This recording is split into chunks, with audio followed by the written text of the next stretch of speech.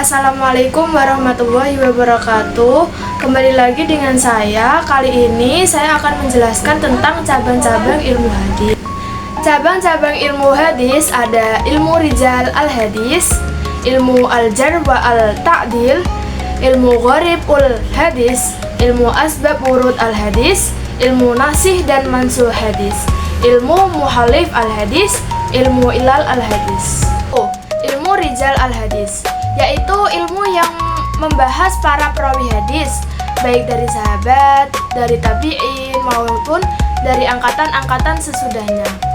Hal yang terpenting di dalam ilmu rijal al-hadis adalah sejarah kehidupan para tokoh tersebut, meliputi masa kelahiran dan wafatnya mereka, negeri asal, negeri mana saja tokoh-tokoh itu membara, dan dalam jangka berapa lama, kepada siapa saja mereka menyampaikan hadis. Kedua ada ilmu al-jar wa al-ta'dil, yaitu ilmu yang menerangkan tentang hal cacat yang dihadapkan kepada para perawi dan tentang pentakdilan atau memandang adil para perawi dengan memakai kata-kata yang khusus dan tentang martabat-martabat kata-kata itu. Maksudnya, arja atau cacat yaitu istilah yang digunakan untuk menunjukkan sifat jelek yang melekat pada periwayat hadis seperti pelupa, pembohong, dan sebagainya. Yang ketiga ada ilmu gharibul hadis, yaitu ilmu yang membahas dan menjelaskan hadis Rasulullah SAW yang sukar diketahui dan dipahami orang banyak karena telah berbaur dengan bahasa lisan atau bahasa Arab pasar. Atau ilmu yang menerangkan makna kalimat yang terdapat dalam matan hadis yang sukar diketahui maknanya dan yang kurang terpakai oleh umum. 4. Ada ilmu asbab wurud al-hadis, yaitu ilmu yang menerangkan sebab-sebab Nabi menuturkan sabdanya dan masa-masanya Nabi menuturkan itu, seperti di dalam Al-Quran dikenal adalah ilmu asbab al-nuzul. Di dalam ilmu hadis ada ilmu asbab wurud al-hadis. Terkadang ada hadis yang apabila tidak diketahui sebab turunnya akan menimbulkan dampak yang tidak baik ketika hendak diamalkan.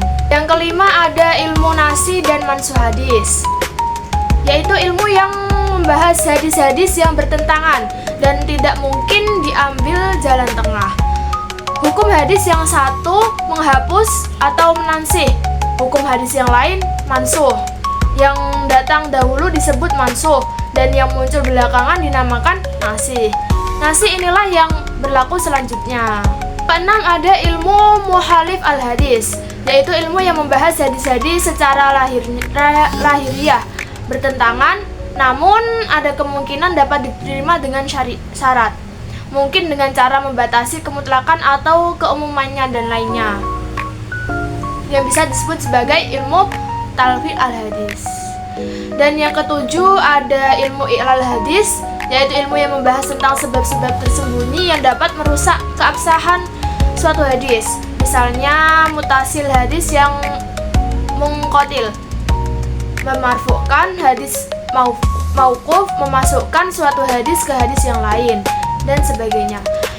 Ilmu yang satu ini menentukan apakah suatu hadis termasuk hadis dhaif, bahkan mampu berperan amat penting yang dapat melemahkan suatu hadis, sekalipun lahirnya hadis tersebut seperti luput dari gharibul hadis. Kesimpulannya adalah cabang-cabang umul hadis merupakan bagian integral dalam ilmu hadis yang berfungsi untuk mengkaji dan menilai hadis dari berbagai aspek, mulai dari kredibilitas para perawi hingga pemahaman isi hadis itu sendiri. Dengan mempelajari cabang-cabang ini, umat Islam dapat menjaga agar hadis tetap menjadi sumber ajaran yang sahih dan dapat dipertanggungjawabkan dalam pelaksanaan syariat. Sekian yang dapat saya sampaikan, kurang lebihnya mohon maaf. Wassalamualaikum warahmatullahi wabarakatuh.